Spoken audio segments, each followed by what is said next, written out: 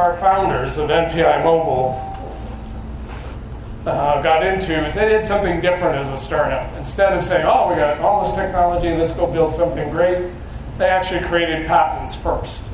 And when you look at what we've done, one of the biggest roadways in the United States is 4 million miles. And they created a patent that allows you to build data networks on the roadway. And so remember we used to talk about the information superhighway, since this is telecom corridor, right? Everybody talked about it.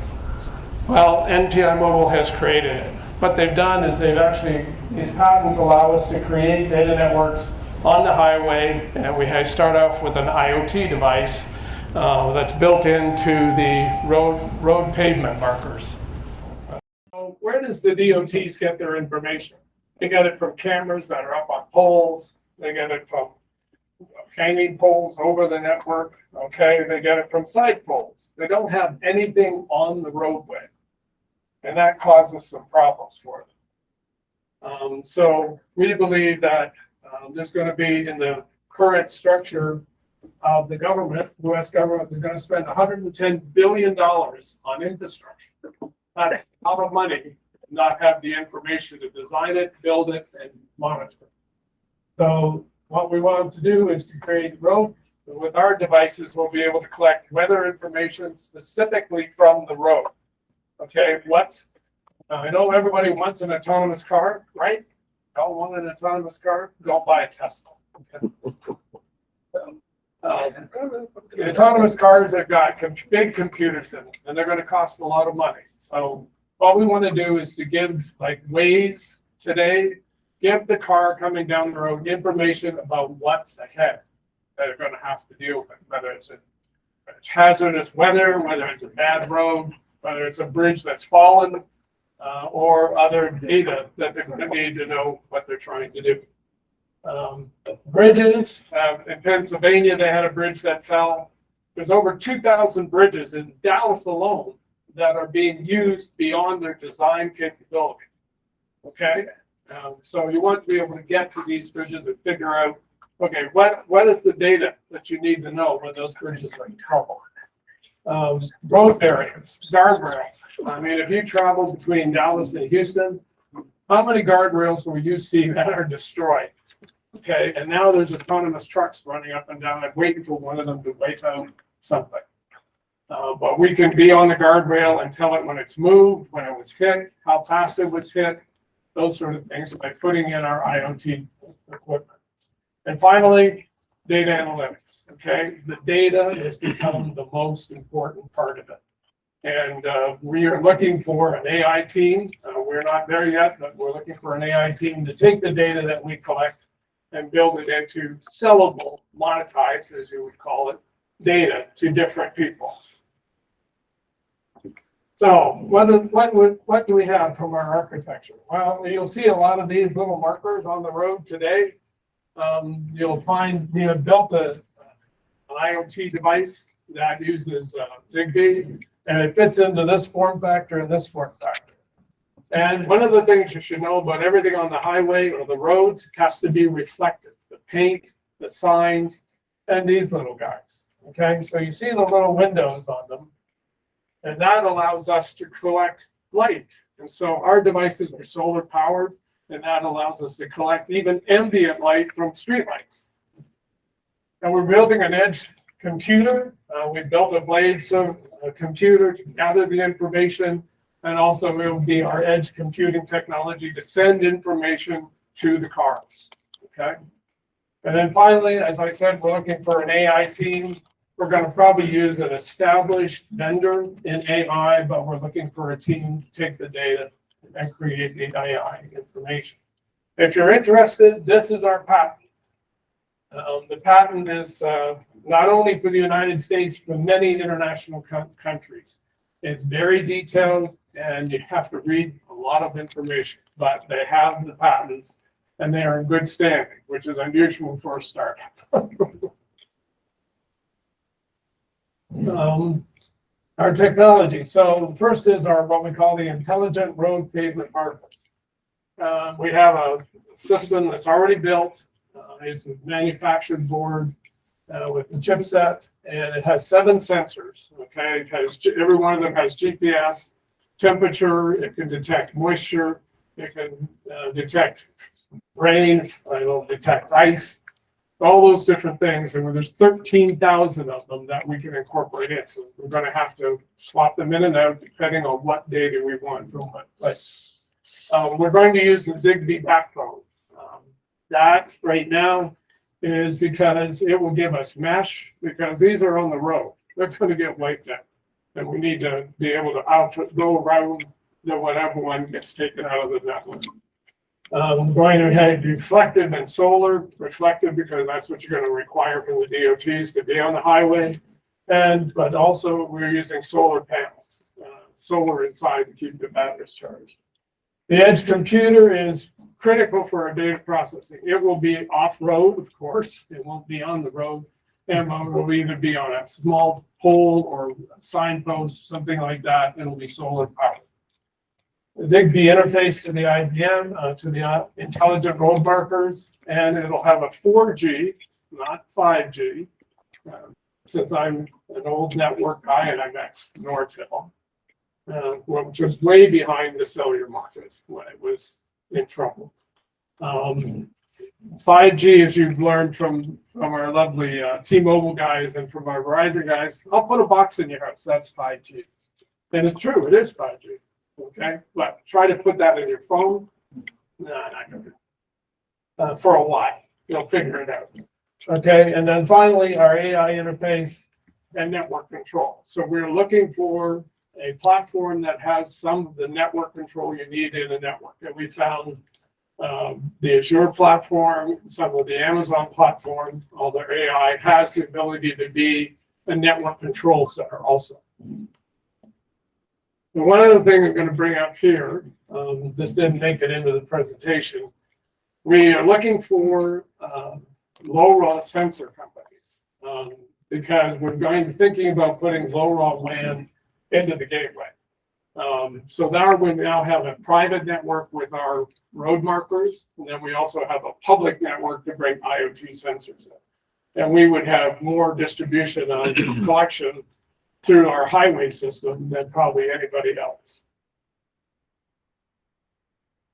Okay, so everybody said, well, why do you need this? Well, this happened in our lovely, a little while ago here in Dallas, Fort Worth.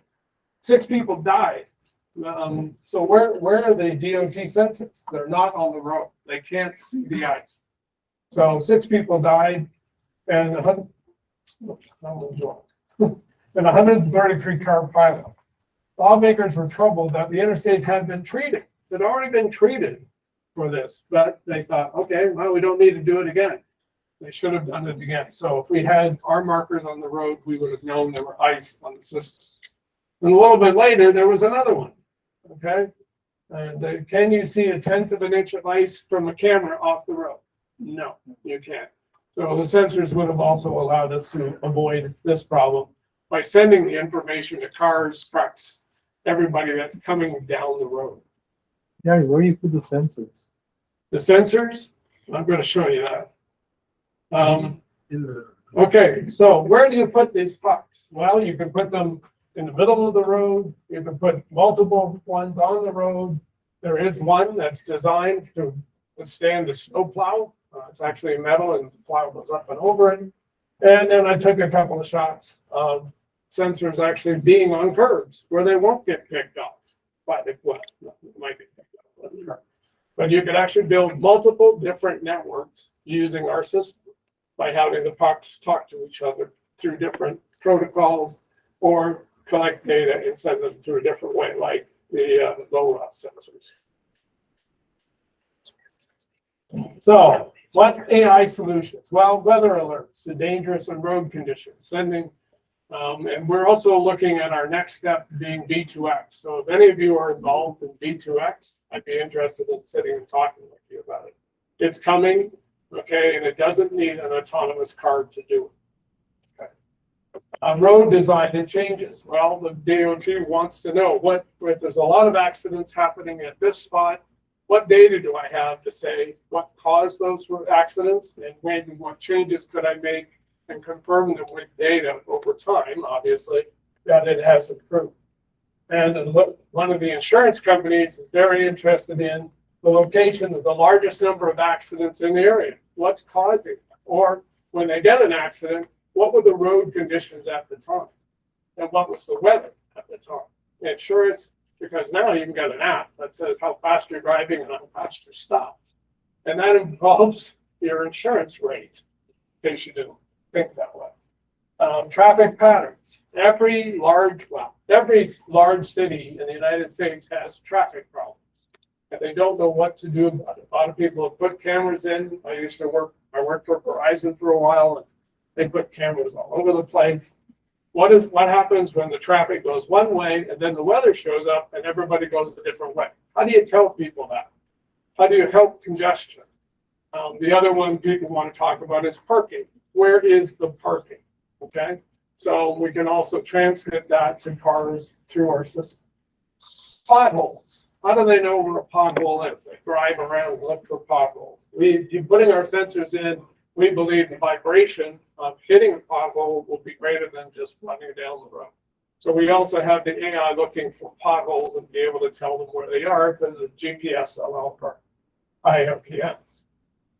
Number of accidents, GPS location, bridge maintenance, repair recommendations. Bridges vibrate, okay? So we can tell the difference in vibration, maybe the soil conditions on the side of the bridges, the concrete over time obviously deteriorates. So we want to be able to pick up those with our sensors and bring them back over a network. Too much traffic on the bridge. Well, the AI should be able to determine what was it built for and how much has it got going over the bridge. Our sensors can count cars that we have in design. And the guardrail. They need to be fixed immediately, but they don't know. People have to drive by to figure out when it's been damaged. So we'll be able to tell them. And we actually talked to the DOT in Georgia about this, and they wanted it to be able to use it. Other solutions, accidents, provide situational data for the deep docks and insurance companies. So what happened, bad weather, if the bridges are starting to vibrate and the guardrails in the application. So this is the one I talked about. If this is public knowledge that 25% of the bridges in Dallas County are handling more traffic than they were designed to handle. Now, accidents, it happens on the bridge, it's probably in big trouble. And in Pittsburgh, like I said, there was a bridge that fell. But is their data accurate? Maybe it's all the bridges. Maybe it's 75% of the bridges. I don't think they know because they're not getting accurate information from the bridge, which is what we can bring in. So our model right now is from our AI system, is we will send an API to the DOTs. We have a tentative letter of intent from, I won't tell you what toll authority, but it's in Dallas. To put the system in.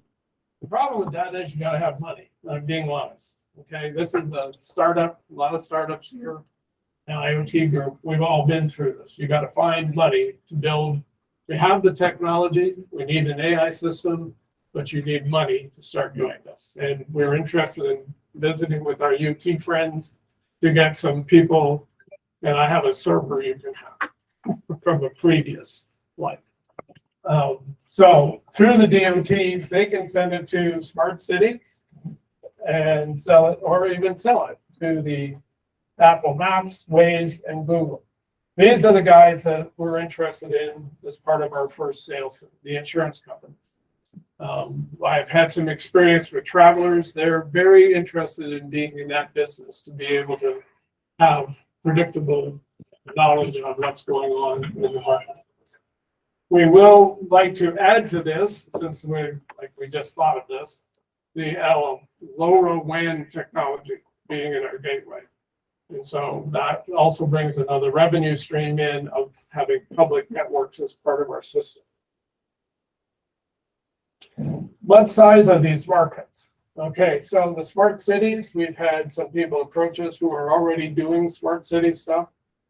One of the people we met yesterday was doing smart lighting, was turning, one of the biggest expenses the city has is streetlights, turning them off and on. Well, how do you turn them off and on? Well, they were using LoRa sensors to turn them off and on, but then they have to have network to support it. So it's about $2.5 trillion. And then the Internet of Things, as we all know, this is the Internet IoT group, 1.6 trillion, and mobile data, 8.9 billion. And this is an interesting article I found, is that the LoRaWAN, this is what influenced our discussion about LoRaWAN, is this is supposed to grow to about 2.7 billion by 2025. This is 2022. That's not very far away. And LoRa connectivity. So we also believe our network could bring some of that information back. So that's basic presentation about where we are with NPI Mobile. We'd like to talk to other people about LoRa, and anybody who has a LoRa sensor, I'd be very interested in that, and LoRaWAN. And we're also looking for an investor. Okay. If anybody has any ideas, we'd be very glad to have them. And that's it. Any questions? Yes, sir. What's the cost of your current sensors that you placed on the roads? The current cost of the sensor is about $25. It's already built and it's manufactured. It's not hands-on. Yeah. So the other night I'm on the Central Expressway, lots of traffic, and these four cars from behind me, they're in either road rage or they're racing or something, and they're weaving in and out. A very, in my opinion, dangerous situation. Does this thing do anything to tell law enforcement there's some people acting badly out on the highway? So we were going about 65. These guys must be going like 80 miles an hour going. I mean, I've never seen anything like that. When we get to V2X, yes. We'll know how fast they're going. Right now, we do 7 things. But we all know that there's thousands of IoT out there, sensors. Yeah, I can count them, but I don't know how fast they're going. Oh, okay. But one day you'll be able to tell there's bad actors out Yeah. there. Because it does, it's a board that you can put the sensor into. Yeah. And so release 2 could have that. It's needed, if it's justified. Yeah. It gets bigger than your thoughts. When you start doing AI on the data, do you see any latency issues with having these sensors on the road going through the network? I'm sorry, Kennedy. So when you start implementing AI on the data that you're collecting, do you see any latency issues with the number of sensors that you're collecting data on? Yeah, we're probably going to start off by collecting data every minute. Okay. Everybody says we should do it every second. I'm not sure how long that's going to last. A lot of battery and power too. Battery and power. Power. Now, Yep.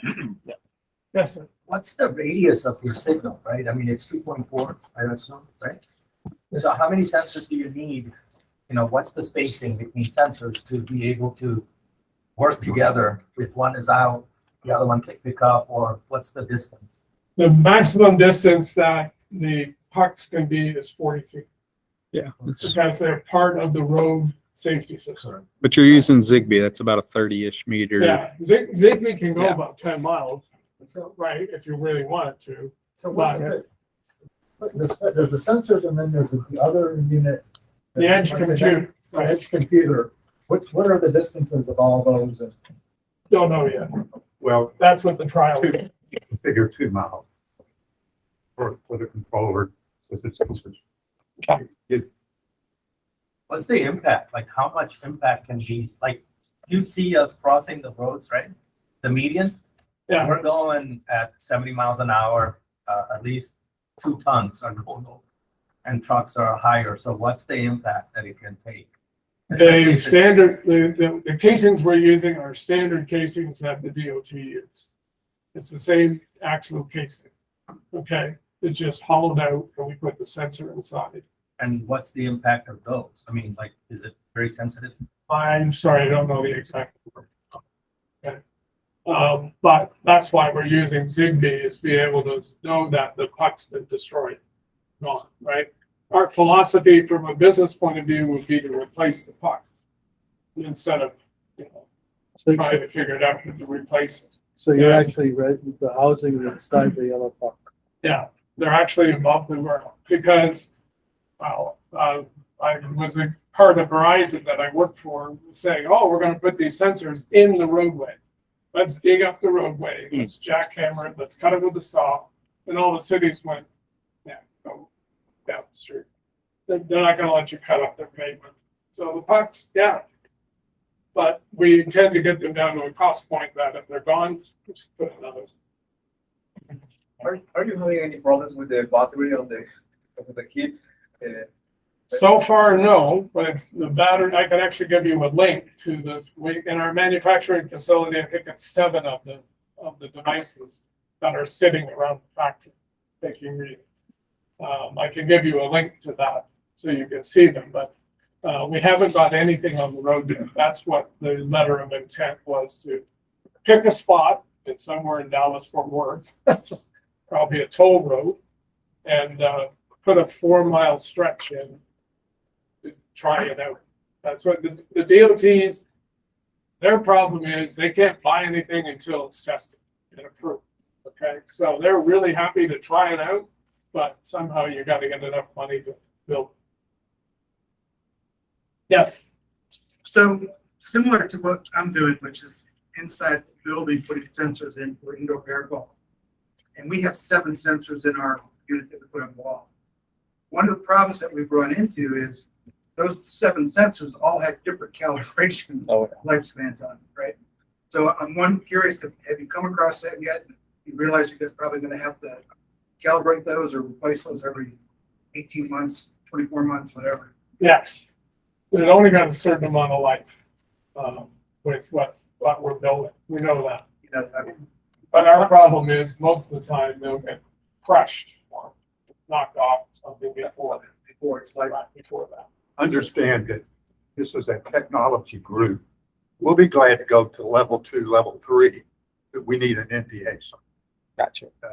These are patented devices, so we would more than like to go to the next level, but we need NPAs. So the company that actually makes the disc today, right, what is their cost for that particular disc? NDA. Yeah. No, meaning like, I think it's like 5 India. cents to 10 cents, something like this. Yours is 25 cents. Why not partner with them to be able to, yeah. We had a partner, but they got bought. Okay. When you change CEOs, it changes a lot of what you get done. Did you say it was 25 cents or $25? $25. Okay, that's what I thought. That's actually pretty good. Yeah. Based on what I've seen in the market, that's pretty good. Cost Here we go. of just Yes. without the electronics, the standard, like I $2. don't- Because I was just wondering what the uplift cost was, basic versus. It's intelligence. not a lot. I can Not- tell you on the market, other sensors that are No, I'm talking using, about what's on, He's what's on, talking the- about what's basic. there today now. Yeah. So I gotta pop that off. And put Yeah. something down. How much was this originally? So is it only $1 more to put their stuff in, or is it? I have to ask my technology guy. But what I'm after there is Yeah. it's a 50% uplift of what you're already doing today. So it's not truly 25. You're gonna spend the money already. Yeah, it's probably. So it's whatever probably mine. 35. and I'm just gonna say comparable other sensors that are running Zigbee are about 3 times or more that cost. Okay. But on the marketplace, that's what I was gonna say. All right. Now, they're bigger housings than what they're showing, Right. like the ones I've seen on the market, but they're significantly more expensive, especially using Zigbee. So I'm actually surprised you're getting that price point. That's really good. Well, Zigbee is important, but now this LoRaWAN. What's Yeah, even yeah. cheaper radios for Yeah, LoRa? Yeah. so if we switch the radio to LoRaWAN, but it probably only be 1 sensor, right, 1 data point. Yeah. And so there's no real difference, we can bring the LoRaWAN stuff back, and then we can also have the Zigbee for the high volume data. I looked at the data, you're gonna bring about 7 bytes back every time. When you start bringing that back every minute, Oh, yeah. into millions, over the day. So, then every transmission takes battery. Oh, yeah. Okay. Well, thanks for listening.